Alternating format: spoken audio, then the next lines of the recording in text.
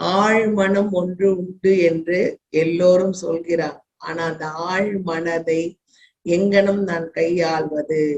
பதிவுகள் இல்லாமல் இருக்கிறதா? அதில் நான் நிறைய பதிவு செய்து இருக்கிறேனா என்பதை பார்க்க முடியுமா? அல்ல அதையெல்லாம் நான் அழிக்க முடியுமானா? அந்த கதைக்கு தான் நான் இப்ப வர்றது. அழிக்க முடியும். எப்படிமா? இந்த மூச்சியை 5 நிமிடத்திற்கு ஒரு 150 மூச்சு வீதம், 10 நிமிடத்திற்கு 300, அந்த நிதானமாக நல்லா அப்படி உட்கார்றோம். வயிற்றுல இருந்து இழுக்கிறோமா, மூலாதாரத்துல இருந்து இழுக்கிறோமா, எங்க இருந்தோ எந்த எண்ணங்களும் இல்லாமல்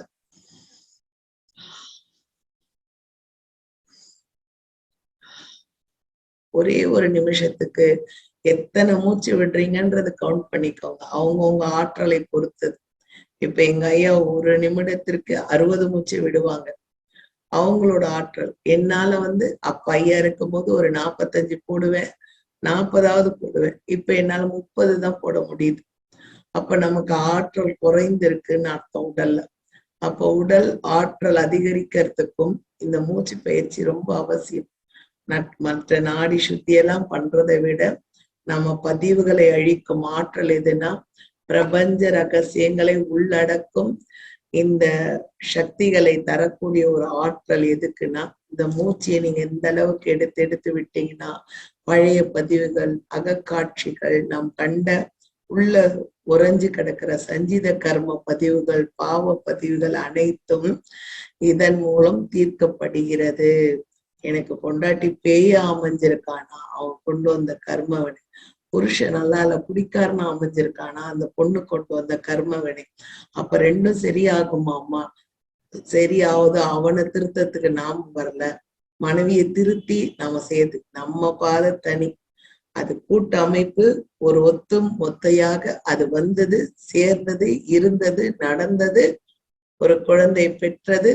அதன் விதியை அது பார்த்ததோ இல்ல நடக்கதோ நடக்கட்டும் விட்டுட்டு, நம்ம பயணத்தில் எந்தவித தடையும் இல்லாமல் ஏற்பவர் ஏற்கட்டும், தூத்துவர் தூத்தட்டும், பார்ப்பவர் பார்க்கட்டும் என்று உன்மூச்சை நீ கவனி அப்படிங்கிறார் ஐயா. உன்மூச்சி மேல் கவனம் இருக்கட்டும். நடந்தது எதுவோ மாற்ற முடியாது. நடந்து முடிஞ்சிடுச்சு, அதை மாற்றவும் முடியாது. செத்தவனும் வரமாட்டான். புரியுதுங்களா? அதே மாதிரி எந்த செயல் இந்த உலகத்துல ஒருத்தனுக்கு கோட்டீஸ்வரனாய் பிச்சை எடுக்கிற நிலை வந்தாலும் அந்த விதியையும் மாத்த முடியாது. நீ போய் அந்த கர்மாவை ஏத்துக்காது. அப்படியாப்பா, எது நடந்தது, இப்படி நடந்தது, அதுக்கு நாம யார் பொறுப்பாக முடியும்? பொறுப்பாக முடியாது. அவன் விழிப்பு நிலை, அறிவு கூர்மை இல்லாமல் அவன் பதிவுகளை அடைந்து அதை தீர்க்கணும். அதை விட்டுட்டு நான் போய் வாங்கிக்கிறேன்னு சொல்லிட்டு நீ இந்த விளக்கேத்து அந்த விளக்கேத்து சொல்லலாம். ஆனா சதாசரமும் நீ அவனை பத்தியே நினைச்சுக்கிட்டு இருக்க.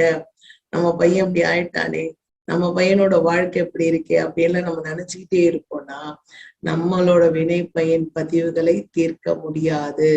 அதுவும் இறந்தவனை தினம் தினம் நினைத்து அழுது கொண்டிருந்தால் அந்த ஜென்மம் அங்கேயும் கரையேறாது, எங்கேயும் இந்த அம்மாக்கு பிள்ளையா இருக்க முடியாது. நடுக்காட்டுல அந்த குழந்தைய விட்டா மாதிரி ஆயிடும். நடந்ததை திருப்ப இழுத்து பிறவி எடுப்பது என்றது அரிது, வர முடியாது. உன்னோட உயிருக்கு இவ்வளவு நாள் தான் அவன் மகனா இருந்தான், உன்னோட நிலைமைக்கு இவ்வளவு நாள் தான் உனக்கு புருஷனா இருந்தான். அவ்வளவுதான், அந்த காட்சி முடிஞ்சு போச்சு, முடிந்தது. அதை திருப்பி நீ ரிப்பீட் கொண்டு வரனா உன்னோட முட்டாள்தான். அது இறைவன் ஒன்றும் செய்ய முடியாது. இருக்கும் வாழ்க்கை எதுவாக இருந்தாலும் ஒவ்வொரு மனிதனின் பதிவு, செயல் அனைத்தும் வேறு வேறு. யாருக்கும் ஒன்றோடு ஒன்று கூட்டு அமைக்காது. நாம் கொண்டு வந்த இன்று புண்ணியம் என்றால் இந்த புண்ணியத்திற்கு ஏற்றத்தான் நமக்கு தியானம், தவம், அருள்நிலை, எண்ணங்கள், உயர்ந்த சக்திகள், உயர்ந்த மேன்மையான ஒரு குரு, அந்த குருவை தொட்டின சித்தமார்கள், சித்தமார்களை அடுத்ததான் ரிஷிமார்கள், ரிஷிமார்களுக்கு அடுத்தது சப்த ரிஷிகள், சப்த ரிஷிகளுக்கு அடுத்ததுதான் இறைநிலை. நாம போய் நேரா போய் கல்ல வணங்கிட்டா உடனே இறைவன் காட்சி கொடுத்துட்டு உடனே உன்னை கூட்டிட்டு போய் செல்றதுக்கு அவன் வேலை வெட்டி இல்லாம இல்லை. குலங்களும் கோயில்களும் எதற்கு என்றால் உன் மனதை அமைதிப்படுத்துவதற்கு.